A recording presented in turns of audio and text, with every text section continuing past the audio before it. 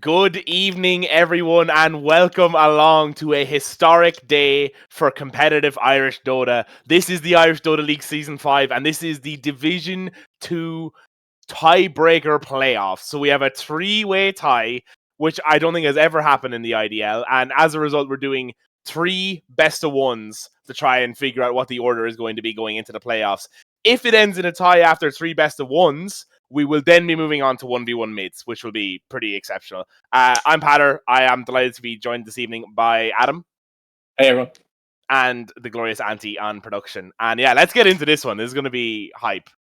So just to outline the playing field before we get into the best of three, just to say who beat each other during the season. So at the very beginning, Cavan Champions beat Ausgang 2-0 in week 2. In week 3, Ausgang beat Cavan Champions 2-0. And then in week 4, Cavan Champions beat Cavan Champions 2-0. So they've all come around in this circle. So now it's Cavan Champions back against Ausgang again, to which Cavan Champions beat them 2-0 in their first visit. So we'll see if that will be different this time, I suppose. Yeah, this is really interesting. And already we're getting into reserve time here in the bans. Mm-hmm. Yeah, interesting. I mean, pretty standard across the board. The no leaves, Night Stalker ban, get rid of the Venge, most picked hero in the league so far, Shadow Demon, Shadow Shaman. Pretty standard. This AA maybe a little weird, but it might be that they're setting up for something specifically. Yeah. Notably, Quap is in the pool, so that is left here if that one team wants to take it first. Or Dawnbreaker also in the pool, a hero that No Leaves likes a lot. Winter Wyvern. It's interesting that Truffle Snout is drafting as well, because I believe it had been Jojo up until now, but I'm not sure. Maybe I'm wrong on that. Okay. Maybe a change of scenery for the playoffs, who knows? Yeah, who knows? I mean, Cavan, they're together so long that I imagine that they all kind of think the same way about the drafts and the heroes. I'm sure, yeah. Okay, so Undying first pick, I think it's been done a lot in IDL and generally just like a good flex pick, really good pos 5 and offlane for a lot of teams. Probably a little bit preferred to the Winter Wyvern here on Cavan Champions, because I'm pretty sure they probably have to play it 4 or 5 unless they're doing some weird Winter Wyvern mid stuff that I don't think anyone's playing right now. So bit more flex potential on Ausgang here, but notably going into the second phase, Quap is still in the pool, which is probably, a lot of people would say, is the best hero of the patch right now, coming out of EWC. Who else is kind of important picks here? Obviously, heroes like Axe have been really popular in IDL, also popular in the pro scene, but very popular in IDL, so maybe something that'll come through second phase. And again, Dawnbreaker too. Yeah. I'd be surprised if they don't get banned if either Dawnbreaker or Axe aren't picked up in the next pick for Cavan Champions. Yeah, I could see an Axe pick coming out here straight away in the second phase, but that's if it gets that far. Yeah, Quap goes, which is not unbelievably surprising. Yeah.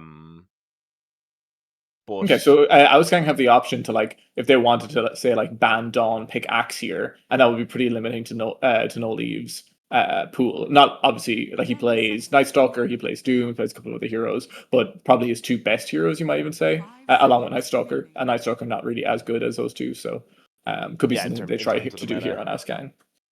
Yeah, it's a tough one, right? Because you could obviously limit that off lane, but if you look toward if you're looking to say to ban based on rank, which I know a lot of teams in IDL do as well, you'd be going after Seer, who is the highest ranked on the champion side. Yeah. And banning some of those carry heroes out. But Seer will play anything, but something like the Gyrocopter or anything that's been kind of played a lot.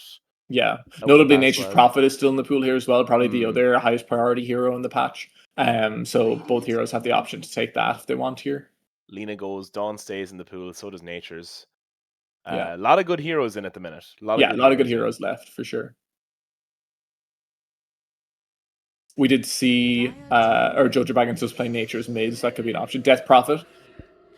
You can talk about this hero a bit, but it does seem it's fallen off a little bit since that nerf in the C patch, right? That's what most people are saying. Yeah, 100%. It was crazy before the C patch. The slow on the Ags was ridiculous. You could just go treads, Ags, and you could basically kill anyone. It's still a really good hero. The Spirit Siphon is very strong. It gives you so much sustain in the fights, especially against all these tanky heroes that are shitting out damage, basically. And Exorcism is still Exorcism. Like, that's not really going to change anytime soon. But yeah, definitely a bit of a weird one to be coming in this early. I guess it's another one you could kind of flex it between 2 and 3. But yeah, I don't know. I feel like you kind of need to know the picks a little bit better. For sure. Before making the pick okay, there. so And they do pick the nature profit would make sense. That could definitely be support or mid. So yeah, or I'm sure Seer plays a carry too, to be honest. So it could literally be any position for Cavan besides maybe offlane, Yeah, absolutely. We do have a little bit of intel that Jojo did play this in the scrim last night, mate. Yeah. 5 seconds but I'm sure they'll be happy to flex. So here, I presume they pick no leaves hero here. Like they probably they have Dawn or Axe to choose from if they want either of those heroes. I would be surprised if they didn't pick one of those two up right now. And I'd be surprised if it wasn't the Axe into the Undying, to be honest, because with the zombies. With the zombies, that's always good. Yeah. It's also nice to have natures here. Like, not only is it a really good hero, but it's a good tombstone killer, and it's also an easy spirit vessel builder for the death prophet as well. So a couple of good combos there, even though it's also just a good hero on the patch, Yeah, absolutely. They're taking a lot of time here. They are a lot of time. John not quite sure what he wants. Or maybe Truffle sounds like, no, I'm not picking you, this dog Axe hero. I don't want to play with you playing that again. I don't want to watch you buy 5 plate mails and fucking run around behind the lane. Yeah.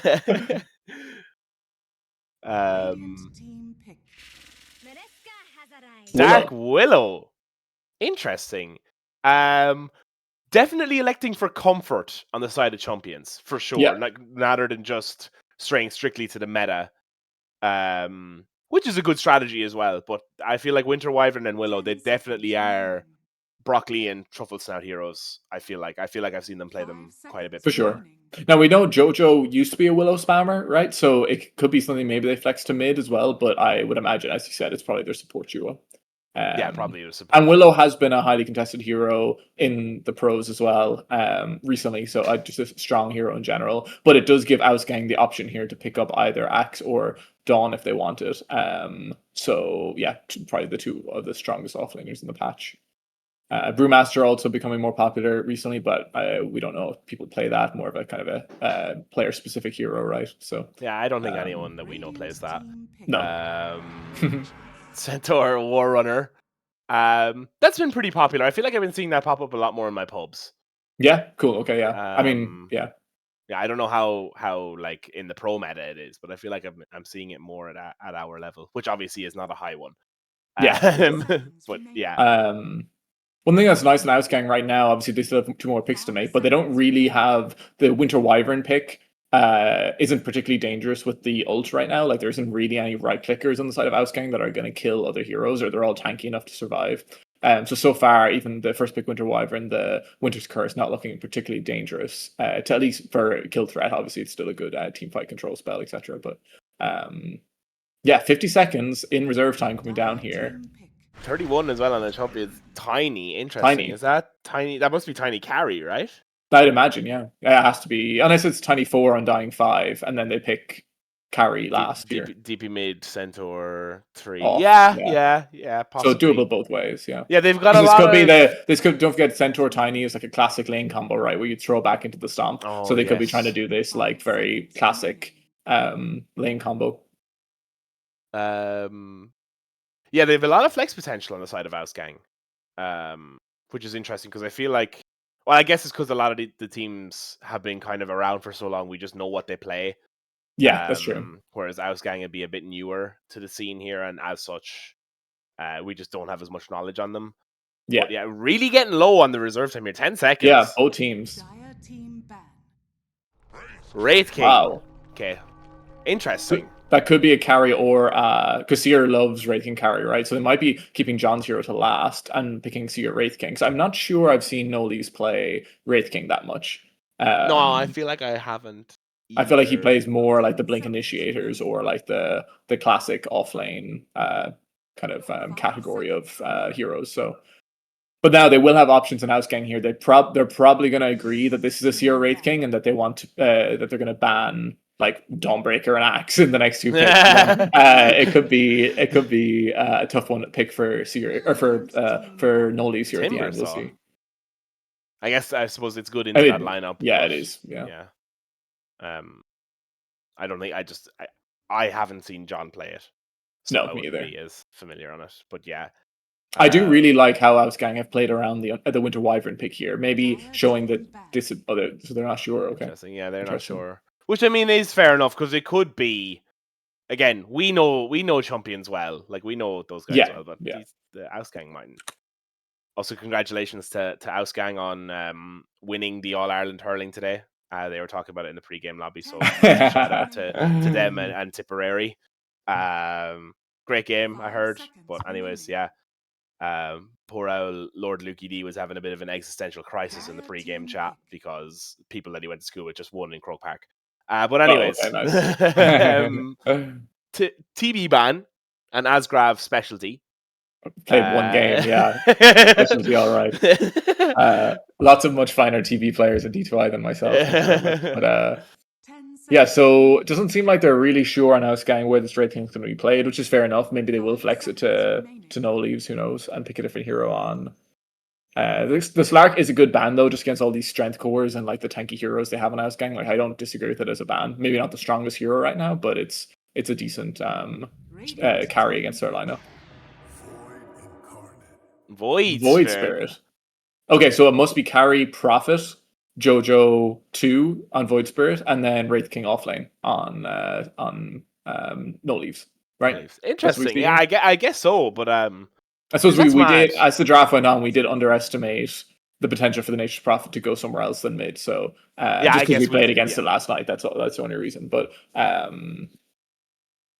little bit greedy, would you say, the Nature's Prophet and the Wraith King together? Like they're both heroes that, I mean, at least Nature's can like really spread his farm around the map, but they're both pretty farm reliant heroes in ways, you know. But we'll see. I guess they're farm reliant, but I mean, at least the Prophet can kind of farm anywhere, right? He can make sure to position himself away from the Wraith King. Yeah. And we like Void Spirit, like he can do a lot of the playmaking for his team. Because realistically, otherwise, like besides Blink, Winter's Curse, and then the Willow spells, there's not too much playmaking on Cavan on the champions. But I think if they get to their timing, 8 seconds on reserve time here by Ausgang, by the way. So this could be. Hopefully they know what they're doing. We will not. Abaddon. Okay. I have no fucking idea what is going on. I feel like this is an ABBA 1. Is this an ABBA 1, maybe? Yeah, because I think it is. Yeah, it is. Okay. Because Andia is there. Tiny 4. Inuit did is there 4. So it is that. There's 2 Andias. I think Andia 2 is the support, and Andia 1 is the carry. Yeah. That's a new one. That's gas. Okay, yeah, as we said, No Leaves, Wraith King 4, Jojo, Seer, carry Prophet. Interesting. Okay, so whose lineup are you favoring going into the start of this one? It's interesting. They don't have like the hugest amount of lockdown on Ausgang. Like besides the like tiny stun and the centaur jump stun, I could see them on champions kind of just running away from them. Like I think Abaddon definitely needs Harpoon this game. But I do think champions could be a little greedy, and also they could struggle to make plays themselves too. So I'm not actually sure. What do you think? I'll look at it a bit more. I mean, I'm also not really sure because I do like what you were saying about the mobility as well. On this Void Spirit and Nature's Prophet here, like they're so mobile and so able to get away. Like the counter initiate is going to be pretty big, especially with the Winter Wyvern as well. So I think I prefer the team fight, for the side of the champions. But prepare for battle. Yeah, I mean they've just got a lot of. I feel like in terms of the meta sort of the draft, I feel like they just have kind of a few better heroes on the side of Ausgang. Yeah. I mean, you would say like the Prophet is probably the best meta hero here, maybe. Yes, I would. No, I think I'm kind of on Ausgang's side as well here. I think they need Harpoon on on this Abaddon, and they need obviously to make some plays with this top. Oh, This Puke getting caught out here immediately in the Sprout. The Bramble Maze is there. The stun from Nolies. Okay. And first blood of the Tiebreaker Gauntlet has been drawn. On the day they win Liam, they lose Puke Shite. Nice one, yeah. They were ready for the check the ward play right there. For sure. Very, very ready for it. Wow, that's funny. That might be one of the quickest. That might be one of the quickest deaths that we've had in an IDL game. Yeah, that was swift, to say the least.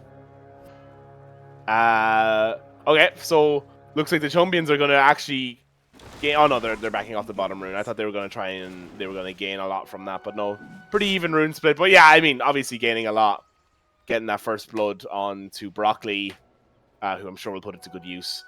Yeah. But yeah, just getting the first blood in general is good, right? For sure. I'm going to call that fella Todd because I'm not saying his name every time.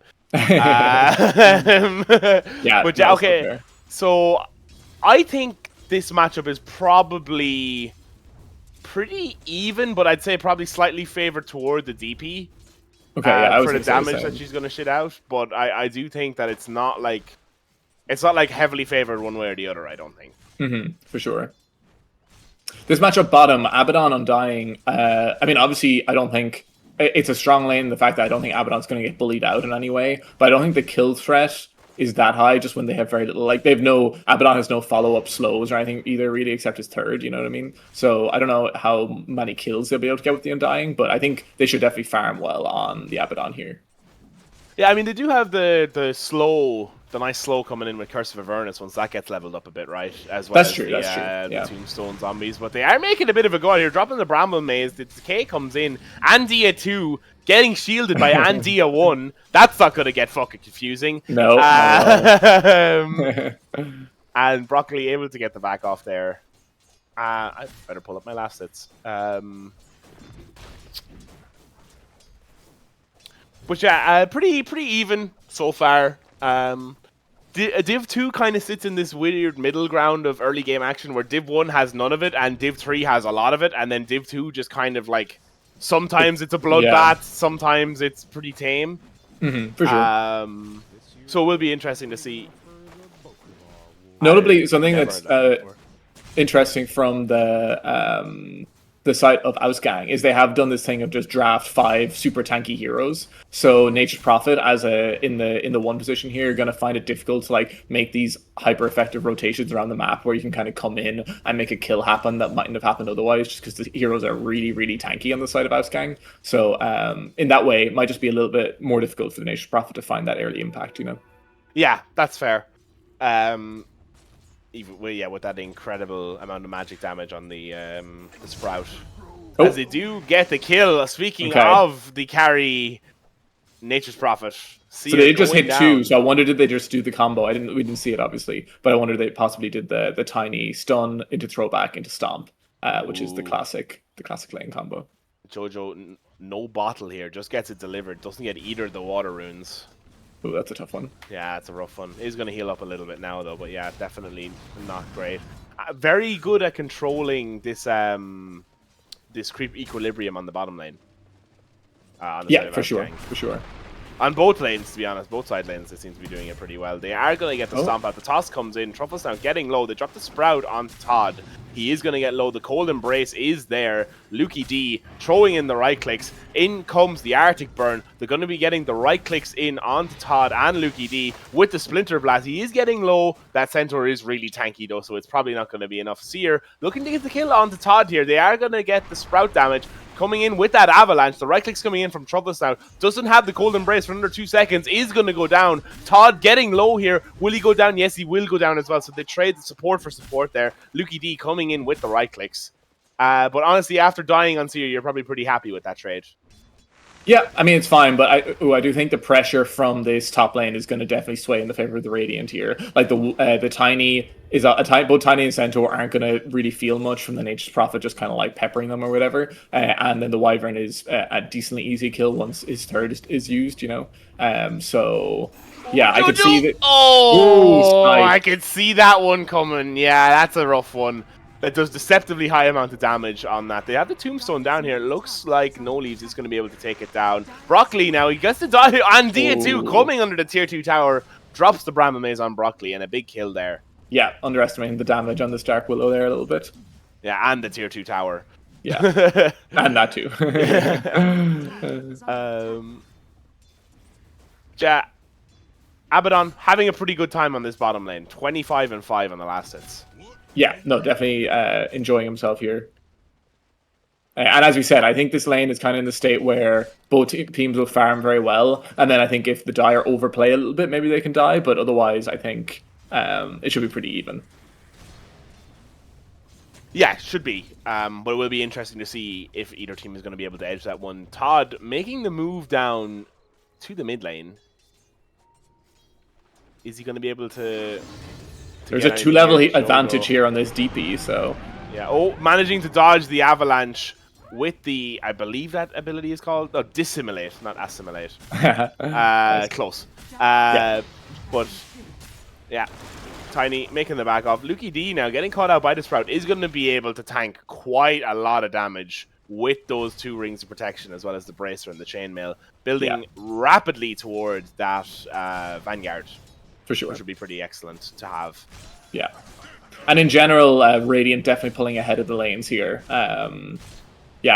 Seer and I suppose, I mean, Noli's doing well as well, obviously, but the Abaddon pulling slightly ahead. And then made a bit of an issue now for the Radiant. Oh, Tombstone down on the bottom. Off the Tombstone underneath the tier 1 tower is going to be there with the stun. No Leaves managing to get that juicy gold from the Tombstone kill.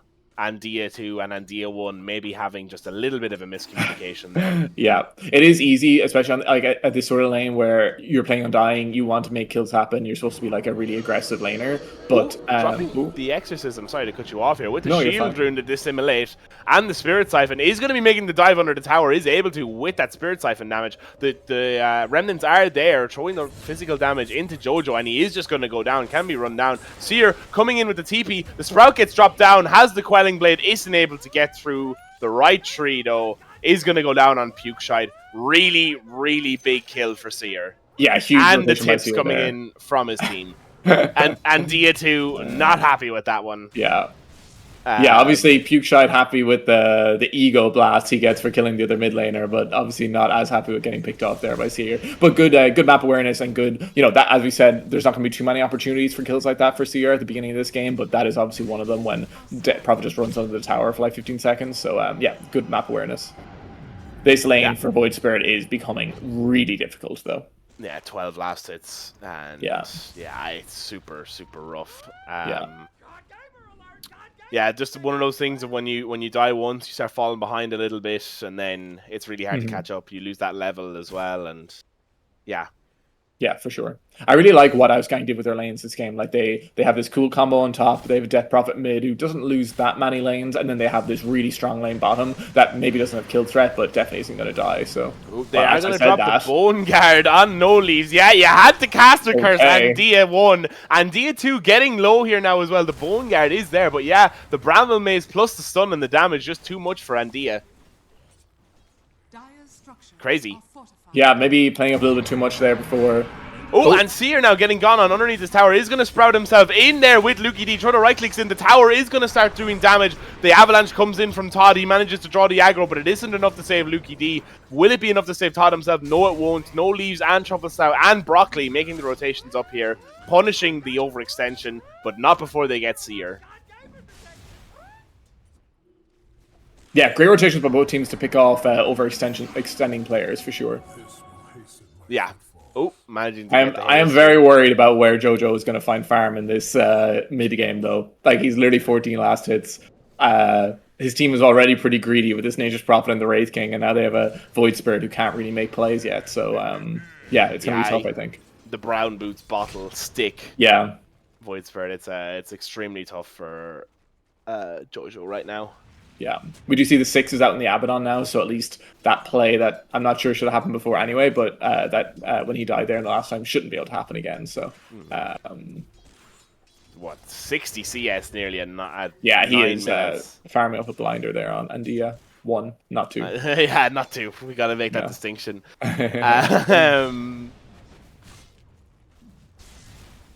Yeah, but pretty this calming down again a little bit. Just going back to farming and lasting on both teams. They are making the rotate up here top now, trying to take control of this enemy jungle. This is a play that Cavan love to make.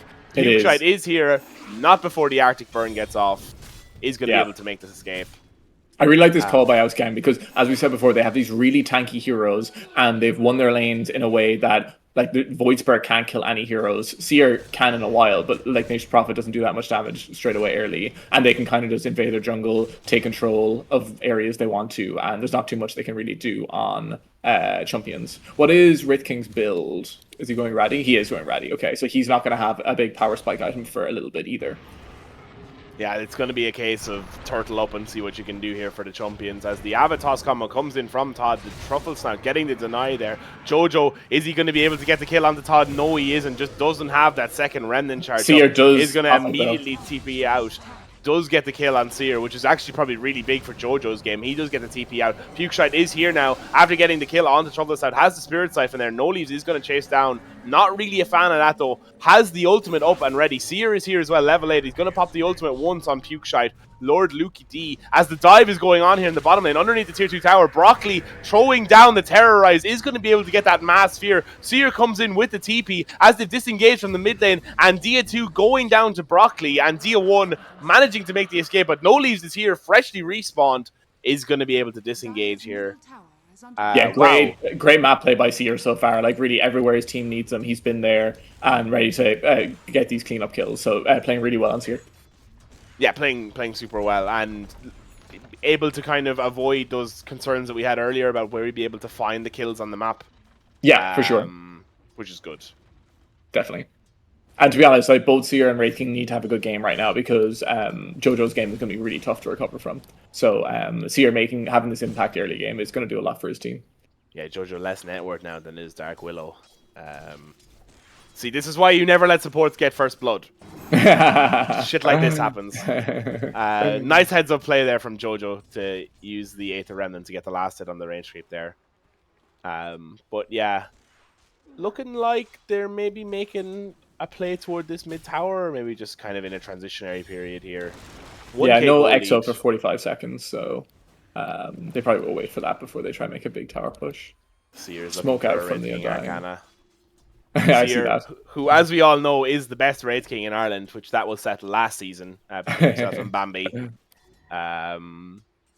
But yeah, it looks like maybe Andia 2 and Todd making a play out here now. Lukey D getting some of those right clicks from the Trouble Sounds Arctic Burn. Seer backing off here, doesn't realize that there's another 2 heroes in the jungle. Avatos comes in, the Cold Embrace is there, the magic damage isn't enough, they drop the Tombstone. Terrorize comes in, managing to catch the Centaur and the Undying here. They're going to have the ultimates coming in. Seer comes in from the side as well with the teleport, isn't going to have enough damage. The Centaur ult does come in. Trouble Snout does go down to the zombies and Andia 2. The Exorcism is here. Jojo Baggins is here as well, though. Andia 2 in that ultimate form on Undying is still going to go down. Todd going down to Jojo Baggins as well. Seer getting another kill. Pukeshite is here, though, with the Remnant, with the Exorcism. Is going to be looking to make the chase. Isn't going to have enough to do it. And looks like they'll be able to secure a back off here. Wow, what a great fight. I'm actually not sure who comes out on top of that, to be honest. I feel like champions have to be happy with that. I think they executed really well. Like, the Seer's ultis have been clutched there, and then into the Brambles and the Willow damage. Like, the Willow is actually doing a lot of damage for them right now to cut through these tanky heroes. And yeah, Ausgang, a good Centaur ult almost got them all away, but in the end, I think champions will be happy with that. And Seer not dying there as well, bringing him to the top of the net worth here, really having a great game for his team. Yeah, absolutely. On super form right now is Seer and Broccoli as well, it has to be said. But that's a really big kill for getting Jojo back into this game as well. For sure. With that AD rune, able to make the rotation. Super, super good. Yeah, Ausgang still with that goal lead, but as you said, yeah, trading support for support definitely worked out for the side of the champions there. Yeah, for sure. Lucky D maybe looking to make some sort of play onto Jojo. Possibly not. A man after my own heart. Deny the creep, immediate voice line. I fucking love it. I love it. That's my shit. Nice. Securing the runes here on mid lane are Ausgang. But yeah, seem to quieten down a little bit. What's the build here for Abaddon? Yeah, Radiance.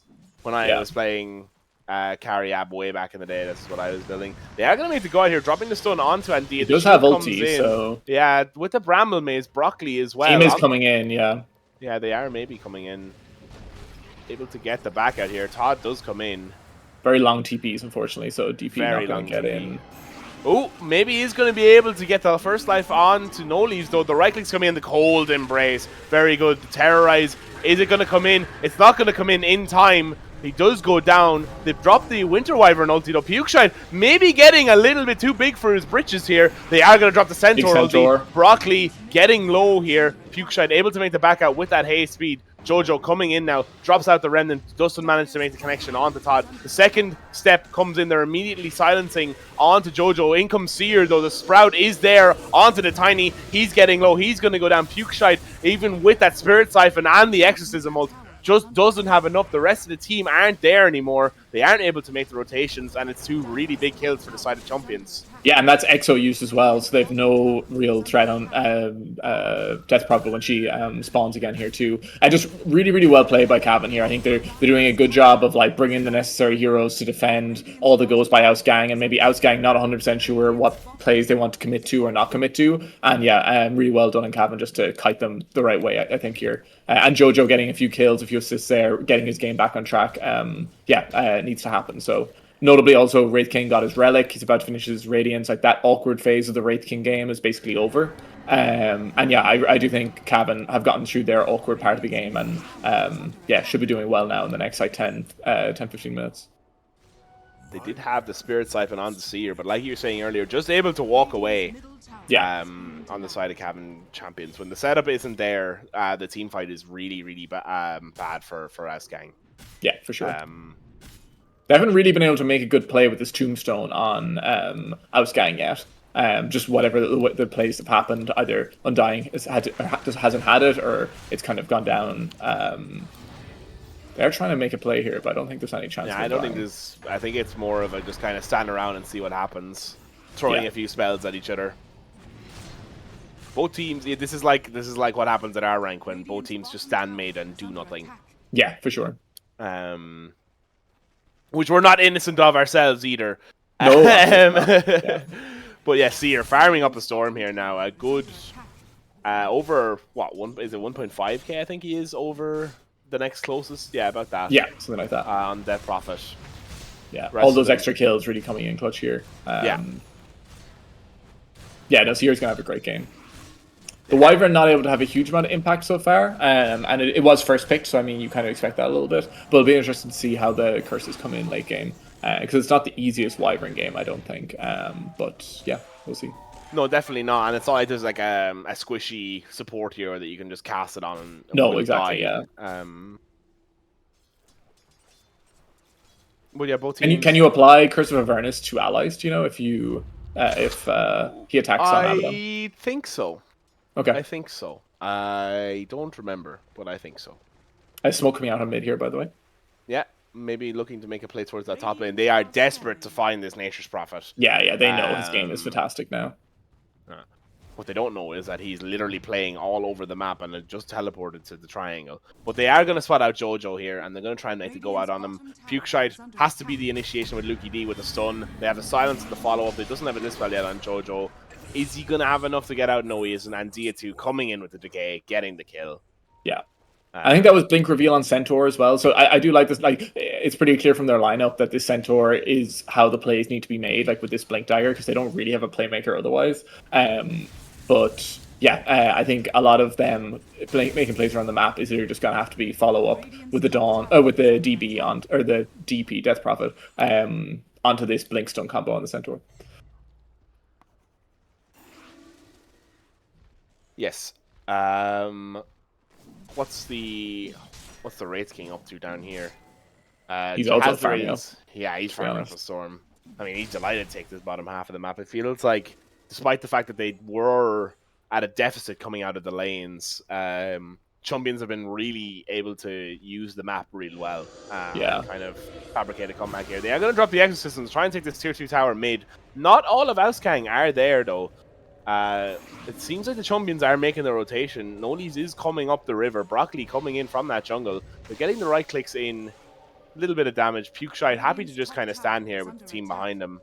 Yeah, Abaddon not the most showing on the effective bottom wave. EXO, unfortunately, though. Like, it's almost gone now, and they got a quarter of the tower. So I think if Cavan are able to catch this Death Prophet now, when EXO's just about to end, this could look pretty bad. Oh, Lucky D is going to catch out Jojo, though. He is going to get the silent follow from Pukeshite. The Broccoli with the Bramble Maze and the stun in onto Lord Lucky D. Jojo's going to jump straight in. The Seer and Nolies have come in here in the background. They're going to drop the Centaur. The stun hits too. The Avalanche comes in as well. They have the Aether Remnant to do a stun for a little bit. They get the Tombstone down. Seer is getting quite low here. The Cold Embrace is there. The Silence and the AoE is there from Pukeshite as well.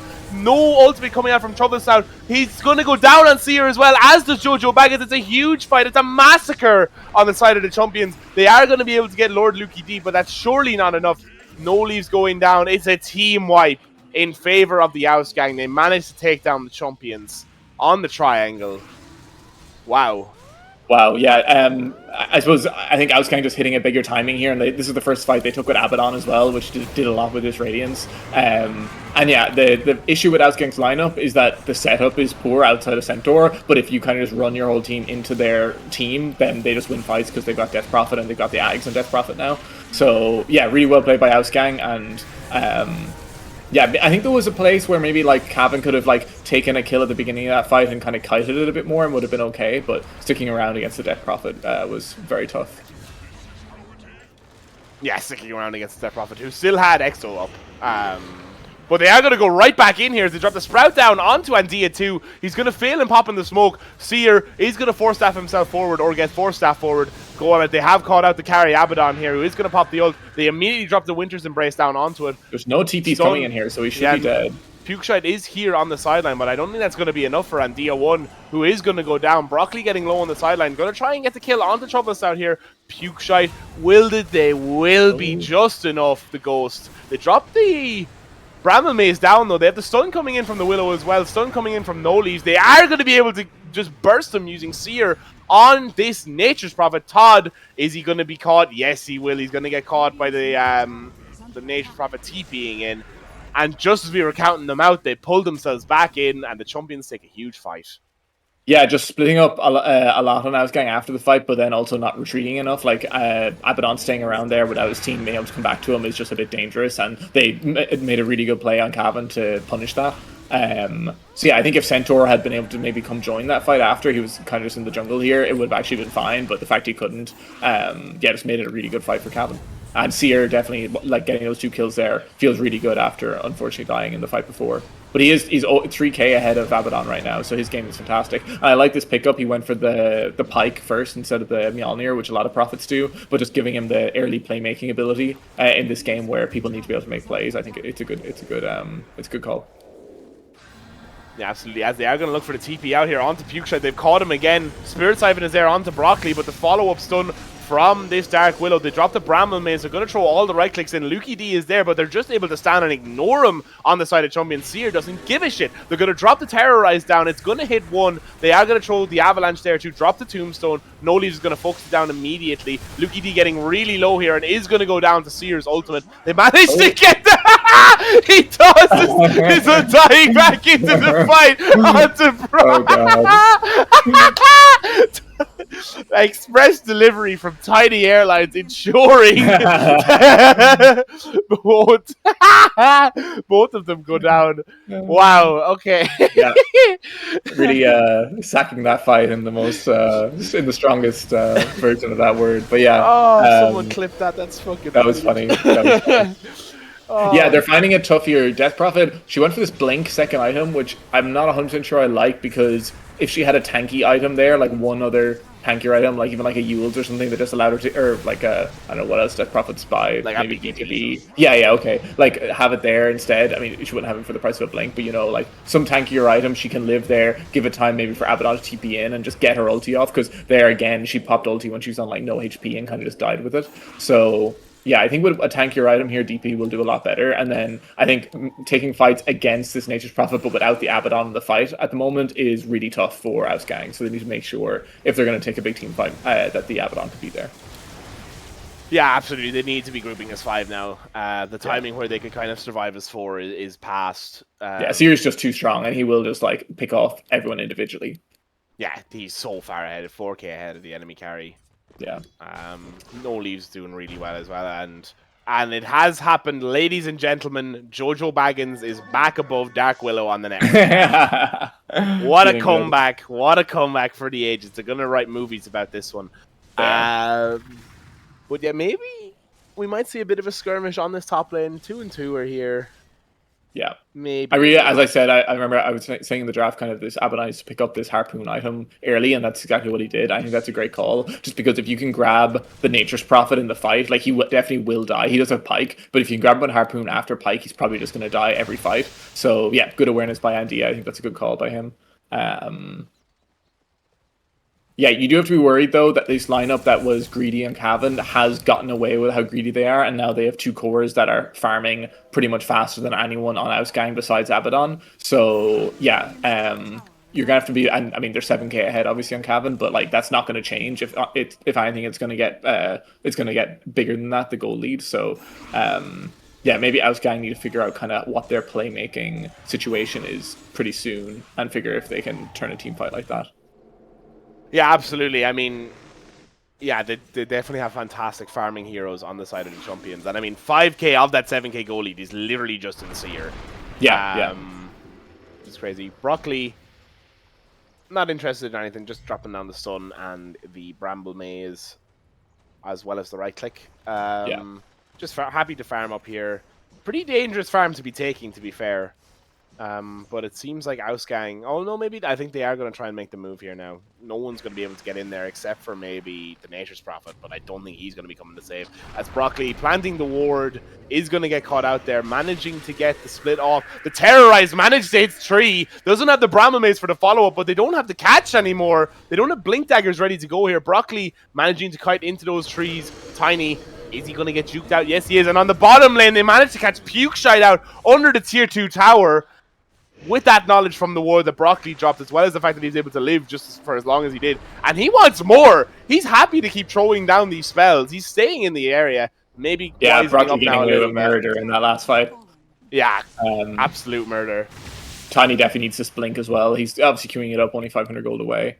But yeah, it looked like a good pickoff. I like the play by Ausgang just to use that Centaur blink and just kill like a random support around the map. But if you can't get the support with 4 heroes, you know there's something going wrong. So yeah, something going real wrong. Yeah, unfortunately. I would say this Undying struggling to find impact a little bit this game. Like the team fights, whatever way they've worked out, he's either gotten kited around them or just hasn't really been able to get all his spells off. So yeah, maybe just I suppose try to find a fight on Ausgang where they can really play around Tombstone and get a lot of decays off. I think is pretty important for them to win a team fight at this stage. Yeah, at this stage for sure. And getting that initiation, they need to be able to kind of find a way they can jump the champions. Yeah. Rather than this disengage, which they've kind of had to do and then go back in. For sure. So you're going for the Satanic third item, which I like. It does get countered a little bit by the Abaddon because the Abaddon innate stopped healing, or not stops, but it reduces healing significantly. Oh, ice in his veins! Nice blink out there by Mr. Leaves. Yeah, that indeed. was a nice one. We like to see that. Both teams posturing up around Roshan here, but I don't think Ausgang want to take it. No, I don't think so either. Pukeshite maybe making go out on top, is going to use the Blink Dagger onto Jojo Baggins, has the silence, doesn't really have the damage to follow up. Jojo popping that regen rune, he's running straight at Pukeshite. There's a few things we need to work out from the lane here, buddy, and this is the start of them. He's going to throw in that shield, get the silence off, not really looking for any more of the smoke though, realize that Pukeshite did well out of the lane, and as such has more gold than him, and doesn't really want to indeed. deal with that at all. No. But yeah, I like to play on both sides. I like kind of the little stick around from Jojo just to see, can you get away with a cheeky one, but you don't have the damage. It's a nice little just see where you are. Yeah, Seer is starting this combo. Roche, so yeah, we'll see if they figure this out on Ausgang. I think he can too. Yeah. Jojo is, or at least in here now. with one more. Like they can take it very quickly too. Like he does a lot of damage. Yeah, Seer really putting the team on his back this game so far. I mean, John has had a great game too, to be honest. But this net worth is insane from Seer right now. Yeah, absolutely crazy. Will be interesting to see, will they try and contest here on the side of Ausgang? They do still have time, but it doesn't look like they're grouping up that way.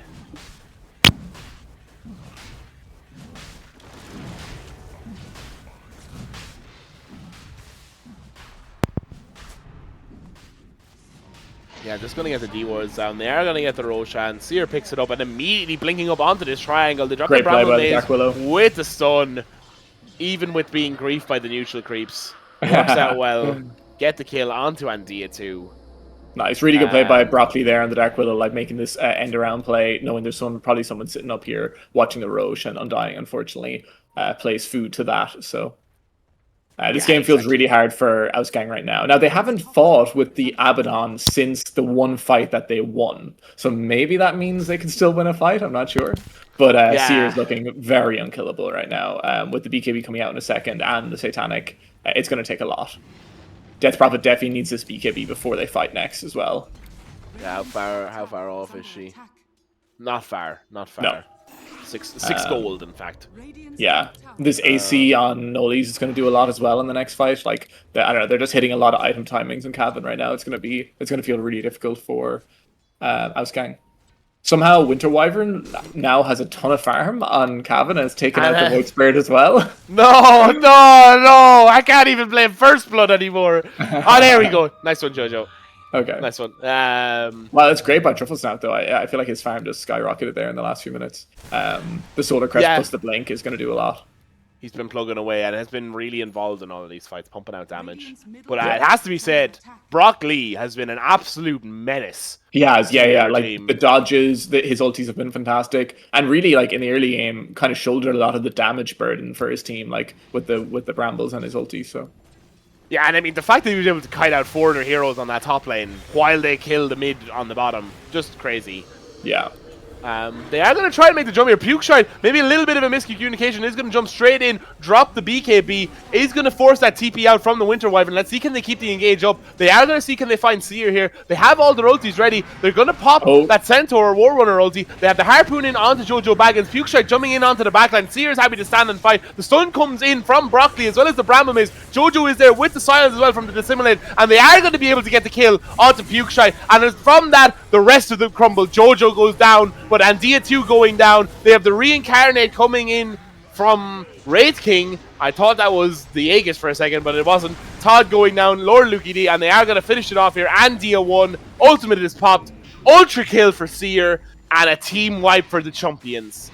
Yeah, untouchable on Seer there. The Sprout's incredible, like getting the Sprout off right as a Centaur ulti there. Literally wasted half of the Centaur ulti. Another really clutch one here, just cutting off Abaddon on the ramp, not being able to hit anyone, and just uber well played the entire fight.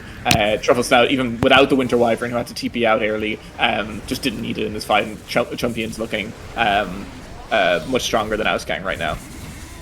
Yeah, way stronger. Execution level is just really high.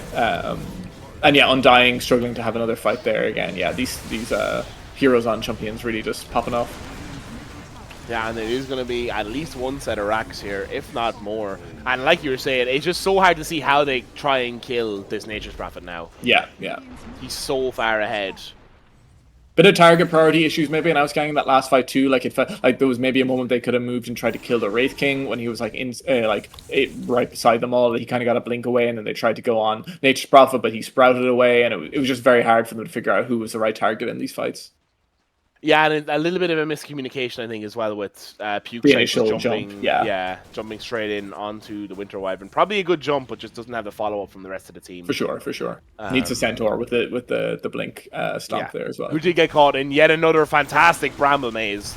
Yeah. by Broccoli. They are going to be able to catch out Seer. They get the toss onto the backline. Pukeshite is there. Seer's just going to turn and fight. Is going to lose the egg as they drop the Winter's Curse down. It does manage to catch 2 of them here. Seer's going to stand up, pop the BKB, is going to go straight into killing the Tombstone. They do have the 8th Remnant on to Lord Lucky D and the Centaur in the background. They pop into the Satanic, but he is getting really low on Seer, completely separate from his team, and he does go down. It's over 3,000 gold going the way of Ausgang. Todd going down in the meantime. They managed to get the bottom side of melee racks on No Leaves, but they are trying to rapidly secure a disengage here, or are they, as Pukeshite maybe biting off a little bit more than he can chew. The exorcism coming to an end, starting to get that heal up there. They are going to be able to secure the back off. But wow, just as we were counting them out, they pulled themselves back in again, as I love to say. Seer going down. Wow. Huge kill, but I think, did No Leaves take these bottom racks during that fight, or were they gone already? No Leaves took some racks. Okay, yeah, I think it must be the bottom rack. So they did make a lot of map progression during the fight with No Leaves killing the bottom racks, which obviously good play. But yeah, a big kill for Ausgang, feeling like the Nature Prophet can die. You definitely saw the effects of the Abaddon innate on the Satanic there, like not really healing that much. And finally, they were able to execute what their whole lineup was supposed to do, which is this like stun into toss combo with the Centaur, etc. So really, really good execution on Ausgang there. Like with that sort of fighting, that's how they come back into this game, and next time they don't have to do it against an Aegis too, hopefully. So yeah, definitely still a recovery chance here for Ausgang.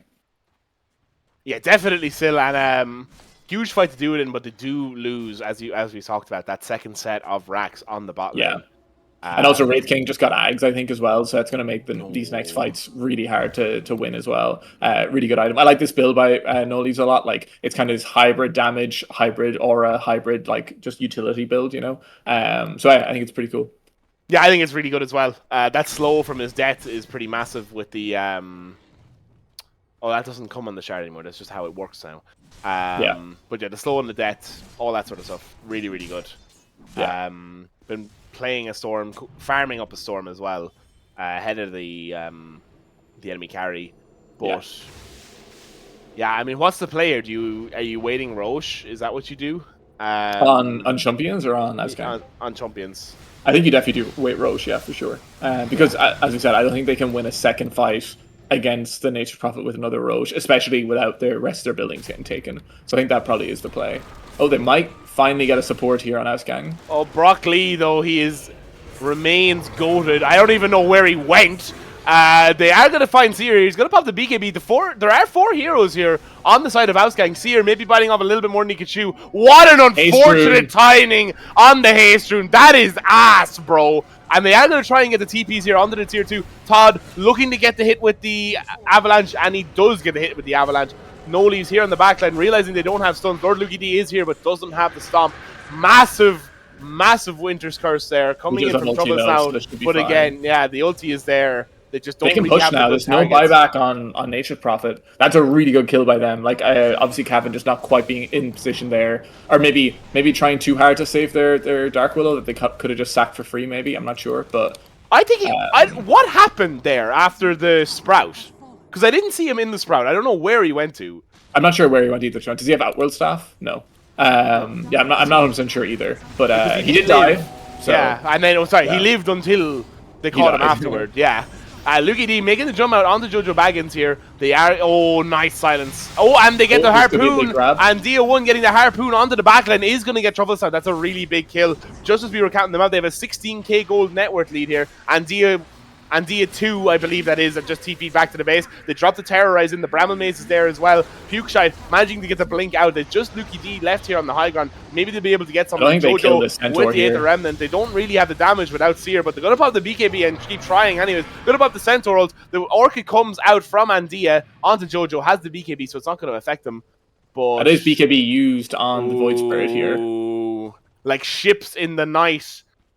John No Leaves just managing to miss the Ausgang team there. Would have been pretty big if they got them.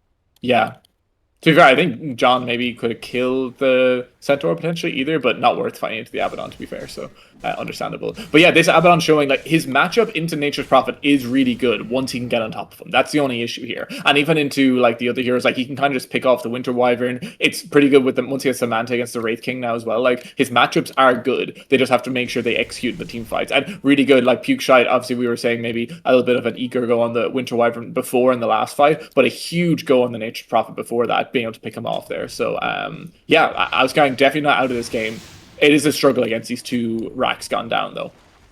Yeah, for sure. And they are going to be looking to make the Roshan play here now on the side of Chumpians, and I'm not sure if Ausgang can contest. I'm not sure either. I mean, they could try. Here. They definitely could try. They have decent vision of the triangle, so they can see. But they're not in position at this stage. But yeah, nah. And you kind of... It's a case of now or never, and it appears it's going to be never, at least for the time being. They also have it's under. I underestimated at the beginning how good these the Brambles and the Sprout are. I like these guys. Teasing going on, yeah. I like these guys. Yeah. But yeah, sorry, the Brambles and the Sprout really, really good against Centaur ult here. Like all these Centaurs kind of been stuck in a Bramble or in a Sprout the entire time, so not feeling as effective as they normally would in a game like this. Oh, yeah, they are going to maybe get the go out here. They get the silence on the 2. The use is there for Broccoli. Is he going to be able to drop the Terrorize? No, he isn't. Wraith King is going down, and sorry, Winter Wyvern is going down, turns into the Wraith, drops the Winter's Curse just before they die, managing to slow down Puke Shite just a little bit. The Remnant managing to catch out Andia 1, but Puke Shite is there with the Blink Dagger to be able to get the kill. Huge double silence from Puke Shite there, jump in. That was incredibly well played. Yeah, getting the double supports. That's going to take a lot of time off this Aegis here. Yeah, they're going to have to wait it out, let the waves push back in again. Yeah. And then try and make that go out onto this top tower. Yeah, really, really good play here. And he does have a Shiva's on Puke Shite now as well, which is going to be really good against the Satanic and just generally for the Death Prophet, the armor and stuff against the Nature's Prophet. Really strong this game. And I mean, like, that has to be, like, is that the 3rd fight now that Cavan have lost? Or is it the 2nd? Yeah, I mean, they just got picked off here. 2nd in a row, I suppose, yeah. Yeah. You know, like, it is a mental thing as well. Obviously, they know they're still ahead gold-wise, but definitely, I don't think they would realize that they're 20k gold ahead. No, for sure. It's just one of those things when you start losing fights like that, you just immediately assume that the game is a lot closer than it is. Yeah. Or at least we do. Yeah, for sure. Maybe look at the make. It does feel though, and you see this in other games as well. Oh, is there a play here mid? Maybe. Nature's. I mean, he's 25 now, so he's unlimited TP. Never mind. Oh, connected, but they are going to make the jump straight out onto the back line. On Noli, he's going straight onto Todd, is going to get the kill. Seer is there too. They do manage to bring down Todd. They bring down that Tombstone as well. In the back line, Puke Shite and Andia trying to make the go out onto Jojo Baggins. Noli comes back with the stun. Andia is there straight away with the right clicks. They get the stun straight away onto Seer, but the rest of the heroes aren't there. Puke Shite getting really low, pops the BKB. They get the Winter's Curse in. They manage to catch Andia 1. Andia 2 going down to Seer on the sideline. Luki D is there. The Satanic gets popped. They pop the ultimate onto Andia 1, who gets caught straight away in the sprout with the harpoon though. The stun coming in from Broccoli is massive, managing to get that damage in. Puke Shite going down, Andia 1 going down, Lord Luki D going down as well. That very nearly went from bad to very bad for the side of Ausgang, or sorry, for the side of Chumpians, but they're able to get the kill. Todd coming back in on that buyback, I believe. They're going to get the 2 buybacks on Puke Shite and on Andia. This could be the end of the game if this doesn't go well here. Andia 2 does go down. It's just the 2 cores left. They're going to go straight on to Seer, who is going to go down once. No Leaves is there on the backline, but is low. Does have the ultimate. Puke Shite with the Shiva's guard. Broccoli is here too. Are they going to be able to get the kill? The first kill onto the Wraith King? Yes, they are. Puke Shite, no ultimate. The ultimate is active. Seer coming in now onto the backline. Decides to cancel. They are going to stay around at this top set of racks. It is 2v5 here, but will they be able to hold? The banner goes down. They're going to try and get the mega creeps here for the side of Cavan Chumpians. Fuck. Yeah, really good decision by Cavan in the last fight to make that play right before EXO was up on DP. She had like 25 seconds left on the ulti before when they went in on that fight, and it was just perfectly timing that she couldn't pop EXO and do all that damage that she's supposed to do in these fights. So yeah, really good call by Cavan. Yeah, really good call, really good initiate. Seer being there right on time as well. Throwing the right clicks down, they are going to get the megas. Maybe they will be able to get one more fight on Ausgang. They don't have Aegis on. No EXO for 55 as well, so that does make it tough. We'll see now. Cavan they're showing sticking that around fights here. where they don't get initiated on by Ausgang generally are going to go their way. Like No Leaves, great initiation there on the Tiny at the beginning. Pretty much the only hero on the side of Ausgang. He can just pick off straight away. Maybe the Undying as well. But yeah, really good initiation by him, and then the fight just kind of plays itself from there. Yeah, even with getting caught by this one, just immediately getting the kill onto that Tiny. Yeah. And they don't really have the damage to kill the Wraith King here either, which is an issue because like Abaddon needs to spend his time killing the Nature's Prophet, or else the Nature's Prophet is just going to kill everyone, and then the Wraith King can kind of just walk around and do whatever he wants. So yeah, I think this will be a little bit of a. They will have Exo up now if they try to fight again, but I don't think against Mega it's just going to be really hard for Ausgang. Yeah, definitely going to be really tough, but not impossible either. But definitely very hard. They do have one more fight left in them, but yeah, it feels like the Chumpians are tightening the grip on this one a little bit. For sure. They have level 25 coming up on Death Prophet pretty soon, which is nice. Do people take the Spirits pattern or do they take the Siphon? It's a great question. I believe it's the Spirits. Okay. Or at least that's what Dota Plus / the build that I had looked at told me to buy on Dota 2 Pro Tracker. Nice. But yeah, slowly just letting these Mega Creeps push in. Now the War of Attrition. Seer, is he looking for his last item? No, he already has everything synted. I guess he wants to synt Ags. I don't know why he's still farming, but I already... Yeah, going straight back to the triangle here. I mean, he still has boots, so like he's probably just going to sell boots for the Shadow Blade now, I suppose. Yeah, looking for the Silver Edge, trying to break the Abaddon, I guess, trying to catch them off. I don't know, do they have the silence to follow it up? Or maybe they do. If they manage to pull that off with the Resonant Pulse, that'd be pretty sick. They are maybe looking at making the jump out here. They get the Nullifier down onto Broccoli, who's going to immediately get the stun onto Andia 1, who is going to get the Yules up just to get that. Oh, managing to get away with the shift. Todd going down now onto Seer on the sideline, but they are going to be able to jump straight on him. The Hurricane Pike does come out. They pop the Centaur ulti as well. Todd going down, Broccoli going down in return. Noli's caught between a rock and a hard place here. They're going to pop the BKB onto Jojo Baggins. He gets nullified, but it doesn't matter because he has that BKB immunity, and they are going to be able to secure a little bit of a disengage. Yeah, they still have Exo on DP to pop if they try to go in further here. Nice patience by Pukeshide not popping it at the start of the fight. Oh, catching him out on the Remnant, and they immediately jump in with the blink on Noli's. They are going to be able to maybe get the kill onto Andia 2 here. Jumping onto the backline with the Arctic Burn is Troublesome. Noli's managing to bring down Andia 2, who immediately buys back. They're going to get the Nullifier down onto the Winter Wyvern, who's not going to have the invis from the Glimmer. This could be a good fight here, Exo. Seer trying to get the get out with the Silver Edge there. Is it going to be enough? They get the Nullifier down. Satanic gets popped, but it's not going to do anything. They do bring down Lord Lukey as well as Andia 2. The buyback coming in from Broccoli as well. Getting caught out on. He does die on Nature's Prophet. Will it be enough to help them hold? The Exorcism is doing huge damage here. They drop the Shiva's Guard. The Ancient is exposed though. They're going to buy back on Seer and on Broccoli. Seer's coming straight in here. They managed to get the kill onto the Wraith King. They are going to call GG in the middle of this. And it is going to be the first game of the tiebreakers going the way of the champions. Wow. What a fucking game. Holy. Yeah, really well played. Great buyback Seer there at the end to finish it off. And yeah, just not able to hold on to it on Ausgang, unfortunately. Parts of the draft look cool. Like, I think the Abaddon matchup seemed good into the Nature's Prophet, but they just weren't quite able to put the team fights together. And I think the heroes just got too rich on Cavan in the end. Really well played by Seer all game. Same with John and No Leaves. No Leaves on the Wraith King. John on the No Leaves. And yeah, just got really rich and then just executed the fights a little bit better. And that's what took them through this one, I think. Yeah, wow. I mean, what a game, though, especially after such a dominant laning stage from the Ausgang for the Chumpians to pull it back like that, really showing that kind of what's the word I'm looking for? The kind of the unity and the familiarity that they have with each other from playing for so long together. For sure. Yeah, and I think there was like the supports on Cavan were able to do a bit more, I think, than the Ausgang ones were. Like in just like the Wyvern obviously got really rich at the end, and the Willow played great all game and just really controlled a lot of the fights. And I think Undying and Tiny struggled to like really have a ton of impact in the game. Just as the game went on, they kind of just became food for the Wraith King and stuff. So I think the crowd control they got from those supports on Cavan really helped them here too. Yeah, absolutely. And wow, what a game one. But if you are just joining us, do not go anywhere because that is just game one of these best of one three-way tiebreaker series. Up next, I believe we have Cavan Champions, not Cavan Champions who just played now. Cavan Champions versus Ausgang. During the regular season, the Champions won this one, but during the regular season, during the regular season, Ausgang won this one. So yeah, a little bit confusing there, but don't go away. We'll be back in just a couple of minutes with the second game of the three-way tiebreak series.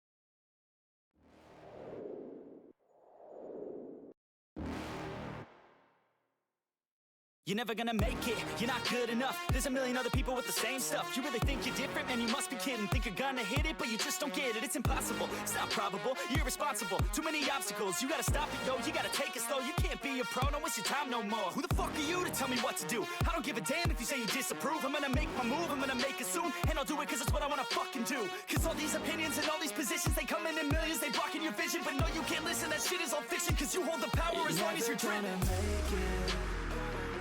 There's no way that you make it. And maybe you can fake it, but you're never gonna make it. Are you just gonna take that? Make them take it all back. Don't tell me you believe that. Are you just gonna take that? Or will you fucking fight back?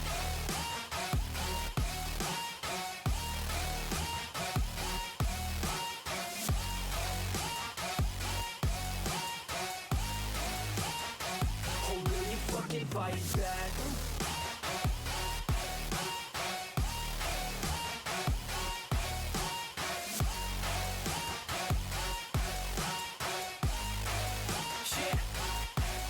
You ain't gonna make it, you ain't never ever gonna break it. You can never beat them and they're better than you face it. Thinking that they give a damn, you're not thinking straight, kid. No, they don't give a damn, you got what I'm saying? I'm not fucking playing, I'll give it to you straight, man. There's too many others and you're not that great, man. Stop what you're saying, stop what you're making. Everybody here knows that you just faking. Nah, I don't wanna hear it anymore, I don't wanna hear it anymore. All these fucking thoughts, they are not what I need anymore. I'm about to shut the motherfucking door on all you poor ass haters with your heads in the clouds, talking out loud.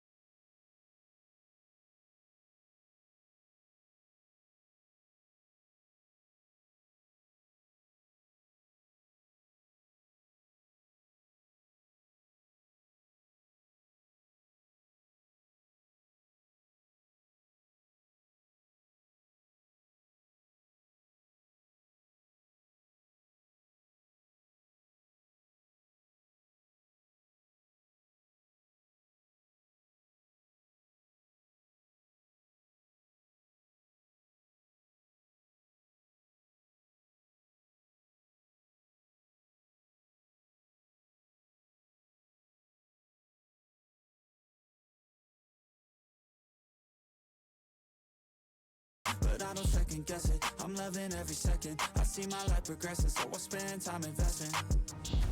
When I dream big, yeah, I commit.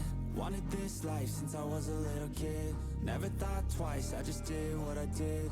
Worked towards it and now I have an addiction. I've been living life like a dream, like it's fiction. I've been doing things like I have no restrictions. I don't plan to stop, no I don't plan on quitting. Everything I do, yeah, I do it with conviction. I will never give up, I will never give in. Everything I do, yeah, I do it with conviction. I've been on a mission, I ain't never quitting. Everything I do, yeah, I do it with conviction. I believe in free will. I make choices that lead to what I build. I will never give up, I will never give in. Everything I do, yeah, I do it with conviction.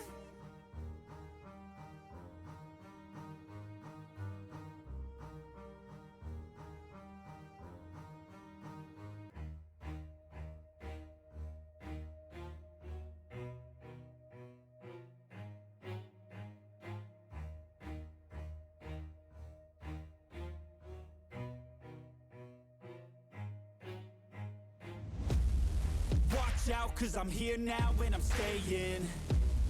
Claws out, this the fight that I've been craving. I know there's something inside of me, but it's been masked by fear and anxiety. But no more, I'ma break out of the chains. Let's defiantly. Go! I'm waking up, this ain't enough. All of my dreams were starting to rust, but I believe that I can adjust. Positive thoughts, I'm starting to trust. Nothing's deserved unless you work. Something of worth requires an urge. I have been hurt by those at their worst, but that gave me will, some power, a surge. And they know that I won't surrender, so they fear me as a contender. When I fight, they always remember, yeah. I will be known, I won't let go. I will not stop, I will be great. I will be known, I won't let go. I will not stop, I will be great. 'Cause we came here to conquer, like we're monsters. We can last much longer, 'cause we do this for honor. We came here to conquer, like we're monsters. And we can last much longer. I am a hunter, I've been filled with demons and hunger. I am the thunder, I command the masses in numbers. Look at the fear in their eyes, this is what happens when you are surprised. It's time to meet your demise, just call me Zeus and look to the sky. Everything's amplified, no they cannot deny. I will be rectified, if you dissect me, find scars teach you left behind. Injuries that define me to my core, they'll hear me roar like never before. The pain I absorbed, it's feeding my core. I'm hard to ignore, I'll beat down your door. If you wanted war, well then you got war. And they know that I won't surrender, so they fear me as a contender. When I fight, they always remember, yeah. I will be known, I won't let go. I will not stop, I will be great. I will be known, I won't let go. I will not stop, I will be great. 'Cause we came here to conquer, like we're monsters. We can last much longer, we do this for honor. We came here to conquer, like we're monsters. And we can last much longer.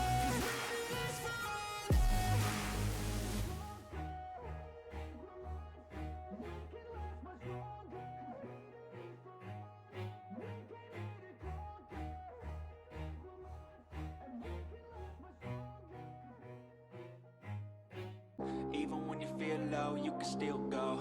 Even when you feel slow, you can still go.